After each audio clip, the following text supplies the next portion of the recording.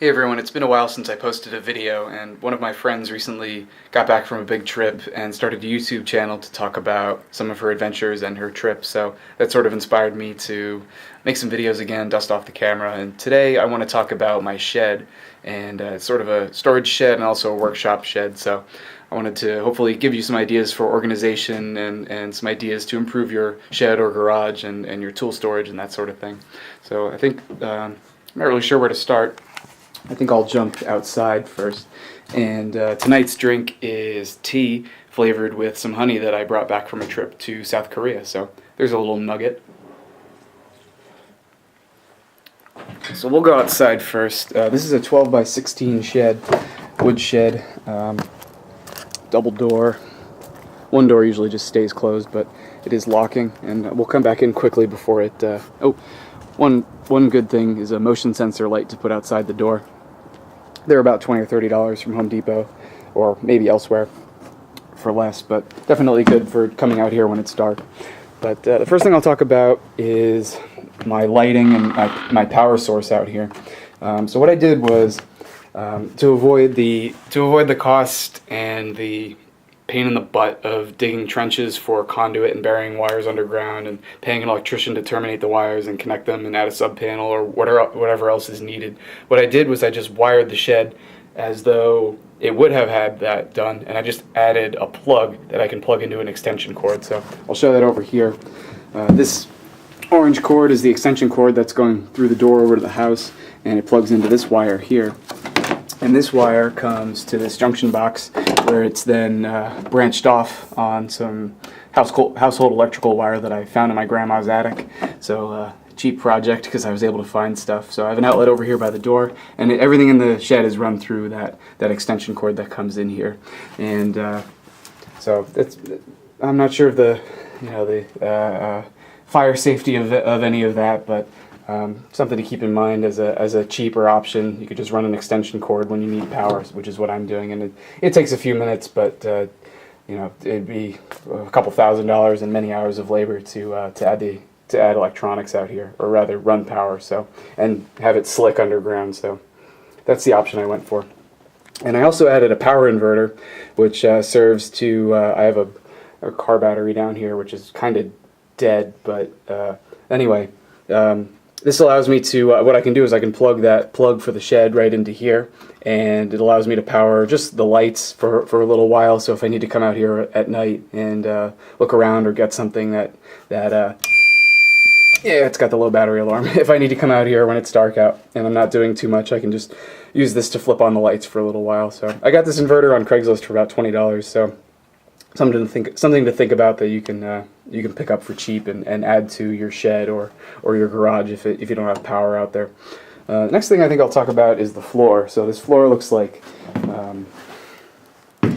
wood, but it's actually just vinyl flooring that you would use in your home or elsewhere.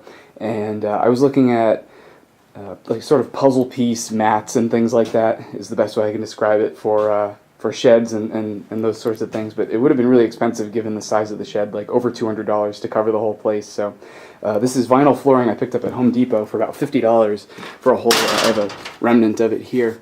This vinyl flooring, probably 1/16 of an inch or 1/8 of an inch thick, and made to look like wood, but I picked up a roll of it. It was like a remnant, or it was something that somebody had ordered and never picked up, for about $50, so I saved a lot of money there, and it's great. It keeps it, helps insulate, helps keep bugs from crawling through the cracks underneath in the floor, which is it's just plywood pieces. So definitely something, a neat trick for getting some cheap flooring for your shed. And it is winter here, so I do have my propane heater. This is one of those things that I bought and wish I had gotten a lot earlier. So I picked this up on Craigslist for not very much money, and absolutely love it. So 40,000 BTUs is not a whole lot for these propane heaters, but plenty for the shed to heat it up quickly. And of course, you do have the cost of the propane, but I avoid an electric heater out here because this is only the shed is only on a 15 amp breaker. So if I had an 1800 watt heater, that would chew up all of the power that's coming out to the shed, and I wouldn't be able to do anything. So this Salamander only consumes with the motor maybe 300 watts, so I have plenty of power left for my for my lights and my power tools. But I'll kind of work clockwise through here. Decorations, some signage and things, some stuff from my grandpa's old gas station. And overhead I have my fishing rod storage, which is probably my favorite part of the shed. I have a lot of fishing rods, freshwater, saltwater, fish anywhere. But this is great organization. Keep them off the floor where they might get stepped on or get broken. So they're not really organized in any way. But flexible flyer, sled, which is awesome. Some rope hanging up over here, but some gardening tools hanging up. Just common theme throughout the shed is just these hooks, sort of peppered in to hang things from. And it's a little bit cluttered in here with the hose and the wheelbarrow and the fertilizer spreader because it is the middle of the winter. So normally these things sit either outside or in the garage when we need them, but everything's kind of shoveled in here for the winter to make room for the snowblower and for other stuff we keep in the garage. File cabinet over here. File cabinets are awesome, super strong. You can put if you have a lot of tools or something really heavy you need to store. Definitely a good option. Something you could pick up for cheap on Craigslist. I think I've looked around occasionally, and there we go. They go for like $20 sometimes. This one I got for free actually from one of my friends, and I just have some fishing stuff in one of these drawers. But definitely something to consider before you go out and buy drawers or shelves or something is see if you can find any on file cabinets on Craigslist. Of course, the storage is not as great as like a big shelf set like this, but it sort of keeps things dust free as well, is another advantage. More fishing stuff, bucket, tackle boxes. We can talk about that for hours. Some miter, what do we have here? Miter box, weed killer, fertilizer, that sort of thing. Power tools, circ saw, drill, reciprocating saw, an old Ryobi set that I really love. This is a kerosene heater, which is great for the winter like it is now. Not too many fumes from the kerosene, so it doesn't smell that much. Just have to leave the door cracked open a little bit. This is the wire that I used to wire the whole shed.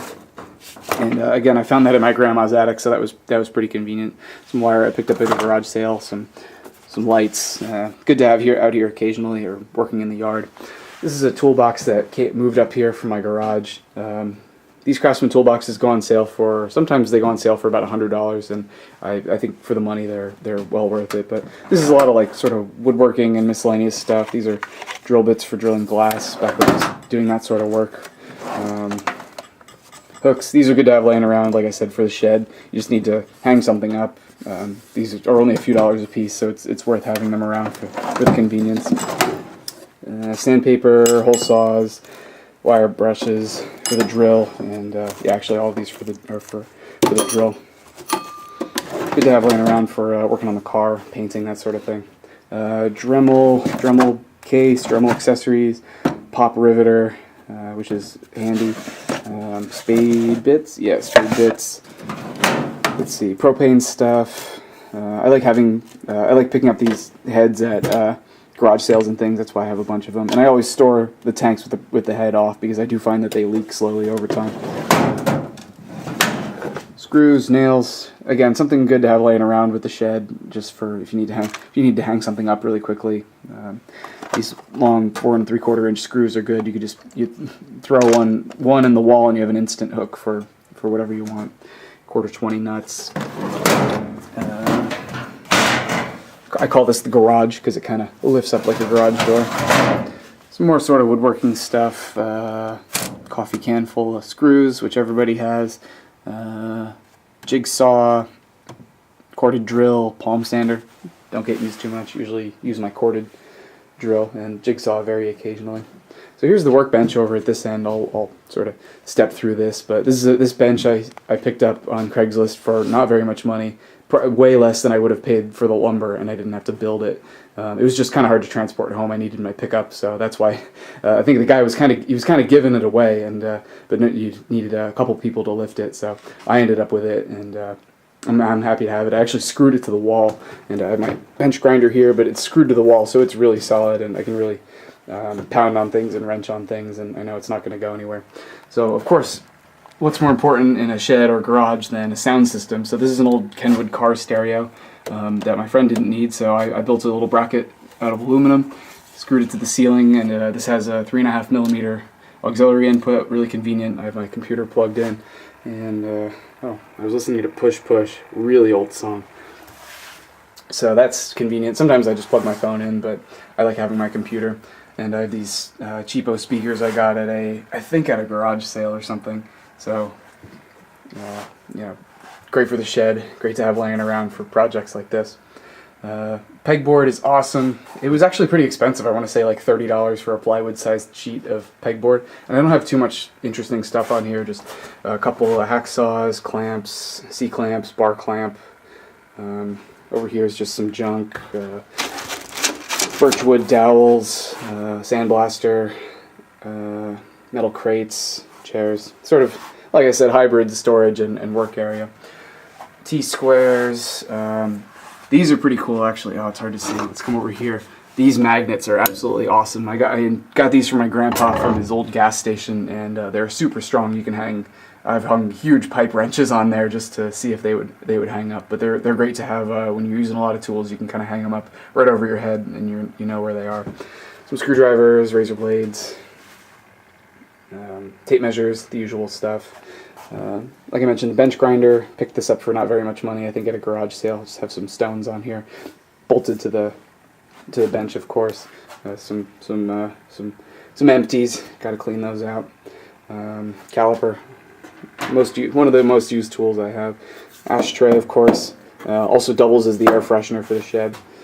Some junk, and I'm kind of in the middle of working on some things out here, so that's why I have this sort of a random assortment of tools out here, and some blanks, gloves, just junk I kind of took off to make this video while I was working.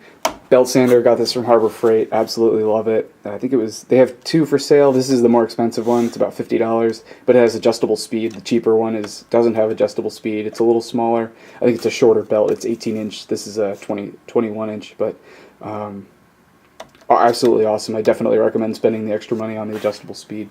And this is probably my favorite tool, which is my Delta 12-inch drill press. Got this on Craigslist for about $90, and absolutely love it. This is another one of those things that I bought, and I was like, wow, I wish I had this a long time ago. This is like a machining or drill press clamp, sort of.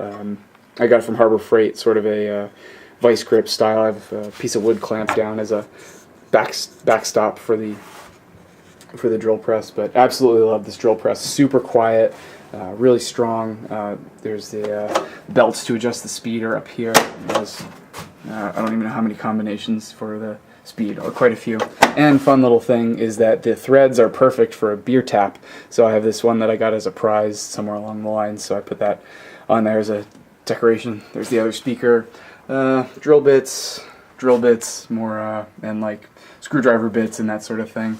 PPE, earplugs, hearing protection, eyeglasses, PPE being personal protection equipment, another outlet over here. And I have the belt sander and the vise upside down to make it a pseudo sort of tabletop belt sander. This vise I got from my grandpa from his gas station. Super stout vise, absolutely love it. Have it heavily bolted to the workbench. Makita Grinder, love this one. I fell off the bench the other day and I chipped the wheel. Never use a wheel that's chipped like this. This is just sitting here. I need to change it. That's going to shatter and fly all over the place and break something, so that needs to be changed. This is sort of the scrap area. Lots of wood, some steel for my welding. I have a whole bunch of these sheets of aluminum I happened upon from a friend. Great to have laying around. There's a table hiding back there. Stuff sort of starts to accumulate, but I try to keep it in check. And back up to the ceiling, some stuff hanging, old electric bikes, or just one bike, a set of lights, beer box hat, hoses, and some more shelves over here in the corner with nothing too interesting on there. Pile of logs I'm drying out. So, yeah, nothing, some sawhorses back there, nothing else. Oh, I forgot my tea. There it is. Oh. So, anyway, you can see it. Maybe it's hard to tell in the video, but it's a pretty spacious shed. There's definitely enough room in here. You know, you could have I like coming out here with a few people and smoking cigars and drinking beer and that sort of thing. So it's a little clogged right now, like I said, in the winter. But if I took out the lawnmower and the hoses and a few other things, it really opens up. You could just set up some lawn chairs, and definitely, if you're thinking about getting a shed, well worth it. I think this shed ran in the neighborhood of about 5,000 when you included the sort of prep work for the site where it was going to be put in, and the installation was another 500. You could do it yourself. It was sort of prefabricated, but it's something to talk about at a local hardware store or somewhere that sources these sheds. So I think that's about it. Anyway, I hope you enjoyed the video and got some ideas for your own shed lighting or heat or tool storage or whatever. So that's all for this video. Thank you for watching, and we'll see you in the next one.